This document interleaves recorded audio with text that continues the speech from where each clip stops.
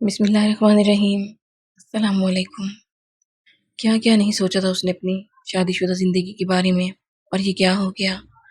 اسے شدید غصہ تھا دادی پہ بھی، خود پہ بھی، اور اس لڑکی پہ بھی، اور اس غصے میں جانے کب نیند کی دیوی اس پہ مہربان ہو گئی۔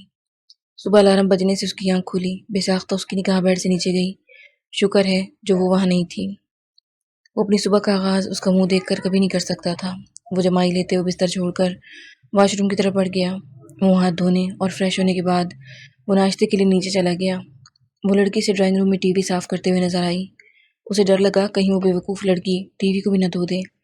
وہ کچن میں چلا گیا، جبکہ اس لڑکی کی نظریں خود پہ محسوس کر سکتا تھا۔ وہ کچن میں ٹیبل پہ اس کی زوجہ محترمہ نے پہلے آملیٹ اور دودھ کا گلاس تیار کر رکھا تھا، اور کچن کی حالت دیکھ کر ایسا لگ رہا تھا جیسے دادی کی ہر کام میں ماہر بہو نے بڑی مشقت کے بعد یہ ناشتہ بنایا، اور وہ بھی کوئی خاص نہیں تھا۔ مگر وہ اس کی بنائی ہوئی چیزوں کو تب ہاتھ لگاتا جب وہ اسے بیوی کا درجہ دیتا۔ جب اس نے اس لڑکی کو قبول ہی نہیں کیا تو پتہ نہیں وہ گھریلو بیویوں کی طرح گھر کے کام کیوں کر رہی تھی۔ اس لڑکی کا بنایا ہوا آملیٹ مکمل طور پر نظر انداز کر کے وہ خود اپنے لیے ناشتہ بنانے لگا۔ اپنی اس عجیب و غریب شادی سے پہلے بھی وہ اپنے لیے ناشتہ خود ہی بناتا تھا۔ ناشتہ کر کے وہ کچن سے اپنے کمرے میں چلا گیا۔ وہاں اس نے اپنے آفس کا کوئی سامان بیگ میں رکھا اور کنگھی کر کے آفس کے لیے روانہ ہو گیا۔ وہ لڑکی ابھی تک ٹی وی کو رگڑ رگڑ کر صاف کر رہی تھی۔ پتہ نہیں اسے ٹی وی سے ایسی کیا دشمنی تھی جو اس کا کباڑہ کرنے میں لگی تھی محترمہ۔ اس پہ ناگواری سے بھرپور نگاہ ڈال کر وہ گھر سے باہر نکل گیا۔ وہ صبح جلدی بیدار ہو گئی تھی، یہ اس کے روز کے معمول تھا۔ نماز اور قرآن مجید کی تلاوت کے بعد وہ اپنے شوہر محترم کے لیے ناشتہ بنانے نیچے آئی تھی۔ آدھے گھنٹے کی مشقت کے بعد بمشکل وہ اس بڑے کچن میں مطلوبہ سامان ڈھونڈنے میں کامیاب ہوئی۔ ایسے کچن وہ صرف ٹی وی ڈراموں میں دیکھا کرتی تھی، اور سامان ڈھونڈنے کے بعد اگلا مرحلہ تھا چولہا جلانا۔ اس نے اپنی زندگی میں ہمیشہ لکڑیوں کا استعمال کیا تھا۔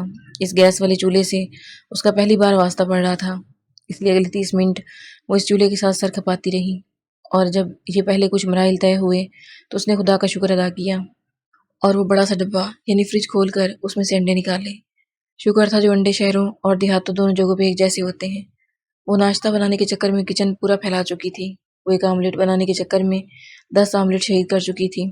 پورے 2 گھنٹے اور 10 آملیٹوں کی شہادت کے بعد بھی اس نے جو کچھ تیار کیا اسے ناشتے کے علاوہ سب کچھ کہا جا سکتا تھا۔ اس نے ایک بار پھر سے کوشش کرنی چاہی۔ اس کے دل میں گھبراہٹ بھی ہو رہی تھی۔ اس کا وہ شوہر محترم کیا سوچے گا، کیسی بیوی سے واسطہ پڑا ہے جسے ناشتہ بنانا تک نہیں آتا۔ اپنے گاؤں میں سب سے زیادہ سگڑ مانی جاتی تھی، لیکن یہاں کر اس کی ساری قابلیت ہوا ہو چکی تھی۔ وہاں وہ اکیلی 20 لوگوں کا کھانا بناتی تھی، جبکہ یہاں ایک آملیٹ بنانے کے لیے اسے کتنی محنت کرنی پڑ رہی تھی۔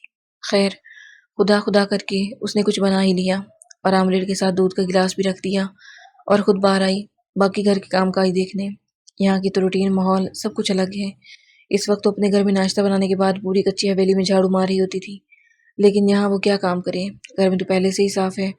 کوئی سوچ کر اس نے ایک پرانا کپڑا ڈھونڈا اور دیواروں کے ساتھ ساتھ فوم والی کرسیوں یعنی صوفوں کی بھی صفائی کرنے لگی، اور ان سے فارغ ہو کر وہ ٹی وی کو صاف کرنے لگی۔ جب اس کی نظر اس کے شوہر پر پڑی، وہ بس اسے دیکھتی رہ گئی۔ اس نے اپنے گاؤں میں کبھی بھی ایسا خوبصورت گبرو جوان نہیں دیکھا تھا۔ یہ جو خوبصورت سا شخص تھا یہ صرف اس کی ملکیت تھی۔ اسے اپنے آپ پہ رشک بھی آیا اور ترس بھی۔ اس کا شوہر ایک نظر اسے دیکھ کر کچن میں چلا گیا، لیکن اسے یہ دیکھ کر بہت دکھ ہوا کہ اس کی بنائی ہوئی آملیٹ کو چھوڑ کر خود اپنے لیے آملیٹ بنا رہا ہے۔ اگر گاؤں ہوتا تو وہاں کی لڑکیاں ہنس ہنس کر پاگل ہو جاتی کہ ایک مرد خود چولہے پہ اپنے لیے ناشتہ بنا رہا ہے۔ وہ اس کے پاس جانا چاہتی تھی خود اسے ناشتہ بنا کر دینے کے لیے، لیکن پھر یہ سوچ کر رک گئی جب اس نے آملیٹ ہی نہیں کھایا تو اس سے کیسے مدد لے سکتا ہے۔ افراہیم تو آفس جا چکا تھا، جبکہ وہیں ٹی وی کے پاس گمسم سی کھڑی تھی۔ باقی کا وقت وہ ادھر ادھر گھر کا جائزہ لیتی رہی، لیکن اس سب سے بھی اس کی بوریت بالکل ختم نہیں ہوئی۔ حالانکہ وہاں ٹائم پاس کے لیے کافی چیزیں تھیں، میگزین اور ڈائجسٹ، یہ تو وہ پڑھ نہیں سکتی تھی، اور رہی بات ٹی وی کی تو وہ ڈر کے اسے آن نہیں کر رہی تھی، کیونکہ بچپن میں اس نے سنا تھا ان سب چیزوں میں کرنٹ ہوتا ہے اور آن ہوتے ہی پھٹ جاتے ہیں۔ وہ بچپن کے اس ڈر کو اپنے دل سے نکال ہی نہیں پائی۔ دوپہر کا کھانا اس نے خود اپنے لیے بنایا تھا۔ گھر میں ضرورت کی ہر شے موجود تھی، یہ الگ بات ہے کہ ان چیزوں کو تلاش کرنے میں اسے کافی وقت ضائع ہو گیا۔ امیر لوگوں کی ہر شے الگ ہوتی ہے، واش روم سے لے کر کچن تک۔ جتنا بڑا ان کا واش روم ہوتا ہے وہاں گاؤں میں 2 کمرے اتنی جگہ پہ بن جاتے ہیں، اور باقی ساز و سامان الگ۔ پہلے تو واش روم کو دیکھ کر حیران ہوئی۔ اس کے شوہر محترم شادی کے تیسرے دن ہی آفس چلے گئے، اپنی نئی نویلی دلہن کو اتنے بڑے گھر میں چھوڑ کر۔ اس نے تو کبھی زندگی میں ان سب چیزوں کی تمنا بھی نہیں کی تھی، یہ سب تو اسے بنا مانگے ہی مل گیا، لیکن اتنی جلدی اتنی آسانی سے بڑی چیزیں کبھی نہیں ملا کرتی۔ عصر کی نماز ادا کر کے وہ ایک بار پھر کچن میں گھس گئی۔ اتنی بڑی عمارت میں اس کے کام کی جگہ صرف کچن ہی تھی۔ وہ اپنے شوہر کے لیے اپنے ہاتھوں سے کچھ اچھا بنانا چاہتی تھی، اس لیے وقت سے پہلے تیاری کرنے لگی۔ وہ جانتی تھی آدھے گھنٹے کام میں وہ 3 گھنٹے تو ضرور لگا دے گی۔ اس نے کہیں سنا تھا کہ شوہر کے دل کا راستہ اس کے پیٹ سے اگر جاتا ہے، اس لیے اپنے شوہر کے دل میں جگہ بنانے کے لیے اس کی پسندیدہ بریانی بنانا چاہتی تھی۔ اس کی پسند ناپسند اور اس کے بارے میں کچھ اور معلومات دادی نے عمرے پہ جانے سے پہلے اسے فراہم کی تھی۔ چاہے وہ اسے ناپسند کرے، چاہے وہ اس سے نفرت کرے، مگر وہ کبھی اس سے نفرت نہیں کرے گی۔ تو وہ ایک بیوی ہونے کا فرض ضرور نبھائے گی، چاہے وہ شوہر ہونے کا فرض نبھائے یا نہ نبھائے۔ صبح سے کچن میں مختلف الٹے سیدھے تجربات کر کے وہ کافی حد تک سمجھ چکی تھی۔ اسے اس کے واپس آنے کا وقت نہیں پتا تھا، اس لیے سب کچھ جلدی جلدی کرنا چاہتی تھی۔ اپنی مطلوبہ ہر شے اس نے اپنے پاس کر لیا اور پیاز کاٹنے لگی۔ پیاز کاٹنے سے اس کی آنکھوں میں آنسو آنے لگے۔ یہ صرف پیاز کاٹنے کے آنسو تھے یا ان میں کوئی اور آنسو بھی شامل ہو گئے، یہ وہ نہیں سمجھ سکی۔ فریج سے گوشت نکال کر اس نے پتیلے میں ڈال دیے اور چولہے کی آگ تھوڑی کم کر کے وہ مغرب کی نماز ادا کرنے کمرے میں چلی گئی۔ جب نماز پڑھ کر واپس آئی تو بریانی تیار ہو چکی تھی۔ اس نے احتیاطی طور پر پہلے خود چیک کر کے دیکھا، اسے تو ٹھیک لگا، لیکن پتہ نہیں اس کے شوہر محترم کو پسند آئے گا بھی یا نہیں۔ وہ اور بھی کچھ بنانا چاہتی تھی، لیکن بریانی بنانے میں اتنا وقت ضائع ہو گیا کہ مزید کچھ بنانے کی گنجائش نہیں رہی۔ وہ آہستہ آہستہ کچن سمیٹنے لگی۔ ایک بریانی بنانے کے چکر میں اس نے پورے کا پورا کچن بکھیر کر رکھ دیا۔ اس نے دروازہ کھلنے کی آواز سنی، وہ بھاگتی ہوئی کچن کے دروازے تک آئی۔ وہ اپنا بیگ اٹھائے اندر داخل ہو رہا تھا۔ اس کے ہاتھوں میں شاید کچھ کھانے کا سامان بھی تھا جو اس نے ٹیبل پر رکھ دیا اور خود اپنے کمرے کی طرف چلا گیا۔ ایک تو تھکن کافی محسوس ہو رہی تھی اور اوپر سے ٹینشن سے کھائی جا رہی تھی۔ اپنے کمرے میں آ کر اس نے بیگ صوفے پر پھینک دیا اور خود جوتوں سمیت بیڈ پر لیٹ گیا۔ یہ شاید اس کی زندگی کے سب سے برے دن چل رہے تھے۔ گھر آتے ہی سب سے پہلے زوجہ محترمہ کے درشن ہوتے۔ وہ پہلے سے ہی بہت ڈسٹرب تھا اور رہی صحیح کسر محترمہ نے پوری کر دی۔ اسے تو یہ سوچ سوچ کر تکلیف ہو رہی تھی، یہ ان پڑھ گنوار لڑکی اس کی بیوی کی حیثیت سے اس گھر میں موجود ہے۔ کافی دیر وہ یوں ہی بیڈ پہ لیٹا رہا۔ جب تھکن کا احساس کافی حد تک کم ہوا تو اسے بھوک لگنا شروع ہوئی۔ واش روم میں جا کر اس نے ہاتھ منہ دھوئے اور نیچے چلا گیا۔ اس نے متلاشی نگاہوں سے ادھر ادھر دیکھا، وہ نظر نہیں آئی، لیکن اسے خود کے اس طرح متلاشی ہو کر دیکھنے پر بہت غصہ آیا۔ وہ کہاں ہے؟ کیا کر رہی ہے؟ اس سے اسے کیا مطلب؟ جہنم میں جائے اس کی بلا سے۔ لیکن ٹیبل کے پاس پہنچ کر اس نے اپنا مطلوبہ شاپر غائب پایا، جس میں ہوٹل سے اپنے لیے کھانا لے کر آیا تھا۔ ویسے تو وہ ہمیشہ اپنے لیے گھر پہ کھانا خود بناتا تھا، لیکن آج تھوڑا تھکا ہوا اور پریشان تھا، اس لیے اس نے ہوٹل سے کھانا خرید لیا۔ مگر یہ شاپر اچانک کیسے غائب ہو گئی؟ اسے سمجھنے میں دیر نہیں لگی۔ یہ ضرور اس کی جاہل زوجہ محترمہ کا کام ہوگا، لیکن وہ اس طرح شاپر لے جا کر کہاں غائب ہو گئی؟ کیا اسے بھوک لگ رہی تھی اور وہ کھانا اپنے لیے لے کر گئی؟ لیکن وہ خود بھی تو بنا کر کھا سکتی تھی، بقول دادی کے وہ تو ہوٹلوں سے بھی اچھا کھانا بناتی ہیں۔ وہ غصے سے کھولتا ہوا کرسی پر بیٹھ گیا اور آنکھیں بند کر کے کرسی کی پشت پر ٹیک لگا دی، اور پھر اس نے اپنی آنکھیں تب کھولی جب اس نے ٹیبل پر کچھ رکھنے کی آواز سنی۔ وہ ٹیبل پر مختلف پلیٹوں میں کھانا لگا رہی تھی۔ اس نے ایک نظر اسے دیکھا جو حد سے زیادہ خوش فہمی نظر آ رہی تھی، اور پھر کھانے کو دیکھنے لگا جو وہ بے ترتیبی سے ٹیبل پر سجا رہی تھی۔ سالن کے بڑے ڈونگوں میں اس نے بریانی ڈالی ہوئی تھی اور چاولوں کی پلیٹوں میں اس نے سالن نکالا ہوا تھا، اور سب سے عجیب بات اس نے روٹیاں پتیلے میں رکھ دی تھی۔ اس نے غصہ ضبط کر لیا اور صرف خاموشی سے اسے یہ سب کارروائی کرتے ہوئے دیکھ رہا تھا۔ جب وہ سب کچھ مکمل کر چکی تب بھی وہ وہیں کھڑی اسے دیکھتی رہی۔ کچھ چاہیے؟ اس نے سرد لہجے میں اسے مخاطب کیا۔ اسے مخاطب کرنا اس کی مجبوری تھی۔ وہ کھانے کے دوران اسے بالکل بھی اپنے پاس نہیں دیکھ سکتا تھا۔ وہ اپنی گردن ہلا کر دوبارہ کچن میں چلی گئی اور برتن دھونے لگی، لیکن وہ جانتا تھا وہ برتن دھوتے ہوئے بھی اسے ہی دیکھ رہی تھی۔ وہ اسے نظر انداز کر کے کھانے کی طرف متوجہ ہوا۔ اس کی لائی ہوئی ساری چیزوں کے ساتھ بریانی کا بھی اضافہ تھا۔ یہ بریانی تو وہ نہیں لایا تھا، تو پھر ضرور دادی کی سگڑ بہو نے بنائی ہوگی۔ ویسے تو بریانی اس کی پسندیدہ ڈش تھی، لیکن یہ چونکا اس محترمہ نے بنایا تھا، اس لیے وہ اس ٹیبل پہ موجود بریانی کو چھوڑ کر ہر ڈش کے ساتھ انصاف کرنے لگا۔ حالانکہ اس کا دل بہت چاہ رہا تھا وہ بریانی کھائے، لیکن دل کی اس خواہش کے درمیان اس کی انا آ رہی تھی، اور وہ صرف بریانی کے لیے اپنی انا کبھی نہیں کچل سکتا تھا۔ کھانے کے بعد ٹیشو سے ہاتھ صاف کرتا وہ لاؤنج میں رکھی ٹی وی دیکھنے لگا۔ ٹی وی دیکھتے وقت بھی وہ پتہ نہیں کیوں بار بار ادھر ادھر دیکھ رہا تھا۔ 2 گھنٹے کے بعد وہ ٹی وی کو چھوڑ کر اپنے کمرے کی طرف جا رہا تھا، حالانکہ وہ جو مووی دیکھ رہا تھا اس کے ختم ہونے میں ابھی آدھا گھنٹہ باقی تھا، لیکن پتہ نہیں کیوں اس کا ٹی وی دیکھنے کا بالکل دل نہیں چاہ رہا تھا۔ ایسا پہلے کبھی نہیں ہوا، وہ ہر مووی مکمل ہی دیکھا کرتا تھا۔ سیڑھیاں عبور کر کے وہ اپنے کمرے میں آیا۔ کمرے میں جاتے ہی سب سے پہلی نظر اس پہ ہی پڑی۔ وہ فرش پہ پوری دنیا سے بے خبر سو رہی تھی۔ کتنے اطمینان سے وہ نیند کی آغوش میں تھی۔ اس کا سکون چھین کر، اس کی خوشی چھین کر، وہ بنا کوئی آواز پیدا کیے بیڈ پر آ کر لیٹ گیا۔ نیند کو کافی دیر تک بلانے کی کوشش کرتا رہا۔ بہرحال رات کے جانے کون سی پہر وہ اپنی اس کوشش میں کامیاب ہو چکا تھا۔ پھر اس کی آنکھ رات کے 2 بجے کھلی۔ اس نے اس لڑکی کو دیکھا جو بے خبر سو رہی تھی۔ اسے پیاس اور بھوک کا احساس ہوا۔ عموماً رات کو اسے بھوک اور پیاس کا احساس ہوتا رہتا تھا، اس لیے وہ ہمیشہ اپنے لیے فریج میں کھانا بچا کر رکھتا تھا۔ لیکن آج جہاں تک اسے یاد پڑ رہا تھا، وہ جو کھانا لایا تھا وہ سارا ختم کر چکا تھا۔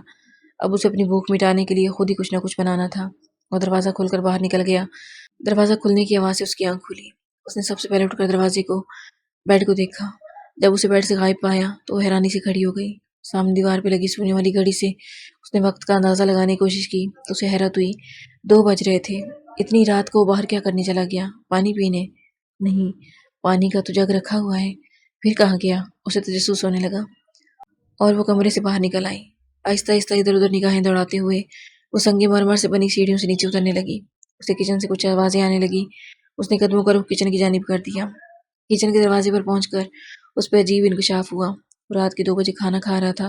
اس کا منہ دوسری طرف تھا، اس لیے اسے دیکھ نہ سکا۔ وہ غور کرنے پہ اسے پتہ چلا وہ اس کی بنائی ہوئی بریانی کھا رہا ہے۔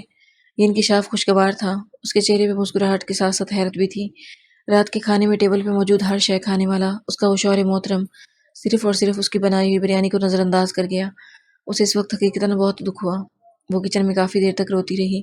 اس نے اتنی محنت سے اس کے لیے بریانی بنائی تھی اور اس نے چکھنا تک گوارا نہیں کیا۔ اسے غصہ آیا اپنے مغرور شوہر پہ۔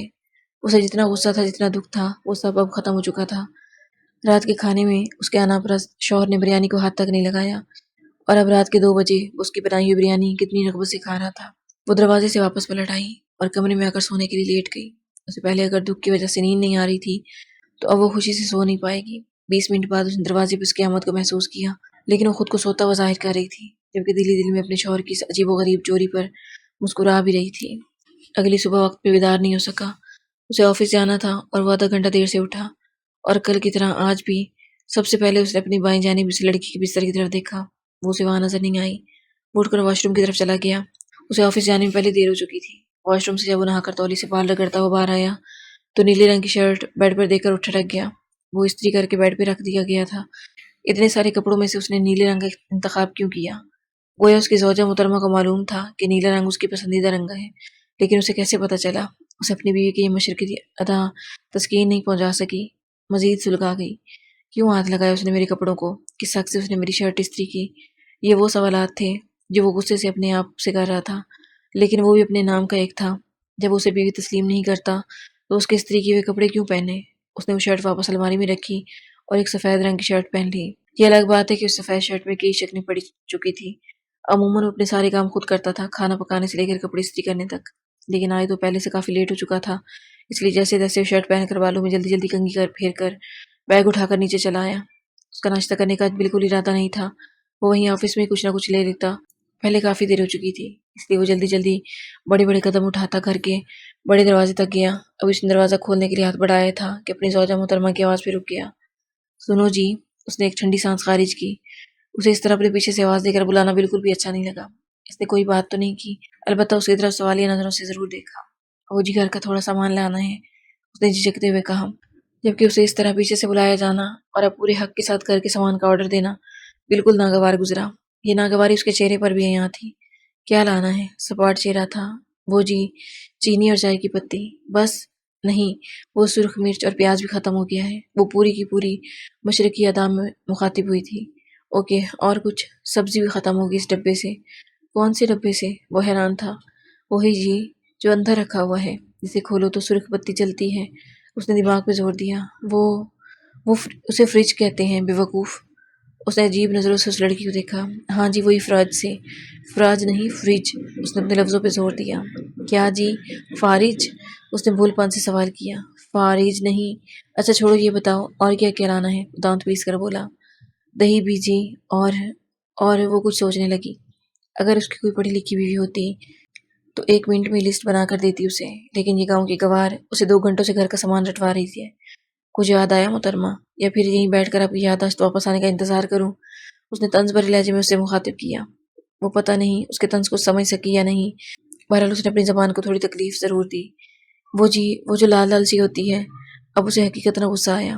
لال لال سی کوئی ایک چیز نہیں ہوتی، اور کیا میں بازار میں جا کر یہ کہوں گا محترمہ بانی صاحبہ کسی لال لال چیز کا کہہ رہی تھی، آپ مجھے وہی لال لال چیز لا دیں؟ اب کی بار وہ غصہ نہیں چھپا سکا، وہ اس کے غصے سے ڈر گئی۔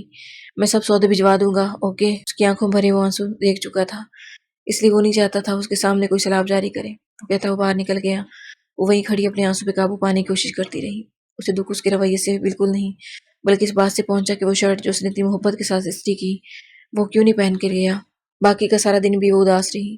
اس نے دوپہر کو ایک ملازم کے ذریعے گھر کا سارا راشن بھیج دیا، وہ بھی جو اس نے کہا اور وہ بھی جو نہ کہہ سکی۔ باقی کا بہت سارا وقت اس نے سامان کو ترتیب دینے میں گزار دی، اس لیے اسے کچھ سوچنے کی مہلت ہی نہ ملی۔ سبزی آ چکی تھی، اس نے کچھ سبزیاں فریج میں ڈال لی اور رات کے کھانے کی تیاری کے لیے آلو اور قیمہ الگ کرنے لگی۔ اب وہ ایک کام میں تو ماہر ہو چکی تھی، کھانا بنانے میں۔ ایسا نہیں تھا کہ اسے کھانا بنانا نہیں آتا تھا، لیکن اس عجیب کچن میں کھانا بنانے کا اس کا تجربہ نیا تھا۔ یہاں سب کام آسان تھے گاؤں کی نسبت۔ یہاں چولہا جلانے کے لیے لکڑیاں ڈھونڈ ڈھونڈ کر نہیں لانی پڑتی تھی، پانی کا انتظام پاس میں ہی تھا اور ہر چیز علیحدہ علیحدہ صاف نظر آ رہی تھی۔ جبکہ وہاں سالن میں نمک ڈالو 2 گھنٹے تک مرچوں کا ڈبہ نہ ملے۔ یہاں ساری سہولیات ہونے کے باوجود بھی وہ شروع میں کچھ جھجک رہی تھی، لیکن اب چونکہ وہ کچن کے بارے میں کافی معلومات حاصل کر چکی تھی، اس لیے اسے کام کرنے میں بہت مزہ آ رہا تھا۔ روز بروز نئی نئی چیزوں سے آشنا ہو رہی تھی۔ قیمہ تیار ہونے میں بھی کافی وقت تھا، اس لیے وہ کمرے میں آئی۔ اسے ایک بار اس کی ایک سہیلی نے بتایا تھا، بانی، یہ جو شہری مرد ہوتے ہیں ان کو کریم پاؤڈر والی لڑکیاں بہت پسند آتی ہیں۔ اس وقت تو اس نے اس بات پہ غور نہیں کیا، لیکن اب چونکہ مصیبت سر پہ آن پڑی تھی تو ان سب چیزوں کو استعمال کرنا تھا۔ وہ میک اپ کا ڈبہ جو دادی نے اسے دیا تھا یوں کا توں پڑا تھا، اس نے ہاتھ تک نہیں لگایا۔ اسے میک اپ سے ہمیشہ چڑ ہوا کرتی تھی اور اسے اچھے سے میک اپ آتا بھی کہاں تھا۔ اس نے کبھی میک اپ کیا ہی نہیں، کبھی ضرورت ہی نہیں پڑی، وہاں پہ بھی صرف صابن سے منہ دھویا کرتی تھی۔ اس نے اپنی پرانی لوہے کی پیٹی سے وہ میک اپ والا ڈبہ باہر نکالا۔ اس ڈبے میں ایسی چیزیں تھیں جن کے نام تو دور، شکل تک کبھی نہیں دیکھی اس نے۔ اب ایسے میں انہیں استعمال کرنا کافی مشکل تھا۔ اس نے سارا سامان الٹ پلٹ کر دیکھا۔ اسے ان سینکڑوں چیزوں میں جو کام کی چیز لگی وہ منہ پہ لگانے والی کریم، لپسٹک اور آئی شیڈ تھی۔ باقی سارا کا سارا سامان اس کے لیے بیکار تھا۔ یہ تینوں چیزیں لے کر وہ آئینے کے سامنے بیٹھ گئی۔ کریم تو جیسے تیسے لگا ہی لیا اس نے، آئی شیڈ بھی ترتیب اور بے ترتیبی سے لگ گیا۔ اب اصل مسئلہ لپسٹک کا تھا۔ اس نے کبھی خود لپسٹک نہیں لگائی۔ بچپن میں بھی جب کوئی شادی وغیرہ ہوتی تو اس کی کزنز اس کو زبردستی لپسٹک لگایا کرتی۔ اسے ان سب چیزوں میں کبھی کوئی دلچسپی نہیں تھی۔ 10 مرتبہ اس نے لپسٹک لگایا اور ایک مرتبہ بھی صحیح نہ لگی، لیکن اس نے کوشش کرنا نہیں چھوڑا۔ وہ تب تک لگاتی رہی جب تک صحیح نہ لگا سکی، اور 20 منٹ کی مشقت کے بعد بہرحال اس نے کچھ ڈھنگ سے لپسٹک لگا ہی لی۔ اسے بالکل پرفیکٹ تو خیر اب بھی نہیں کہا جا سکتا تھا، لیکن پہلے کی نسبت کافی بہتر تھی۔ اس نے نیلے رنگ کی فراک پہن رکھی تھی۔ نیلا رنگ اس کا پسندیدہ رنگ تھا، اس لیے اس نے اس کی پسند سے خود کو تیار کیا تھا۔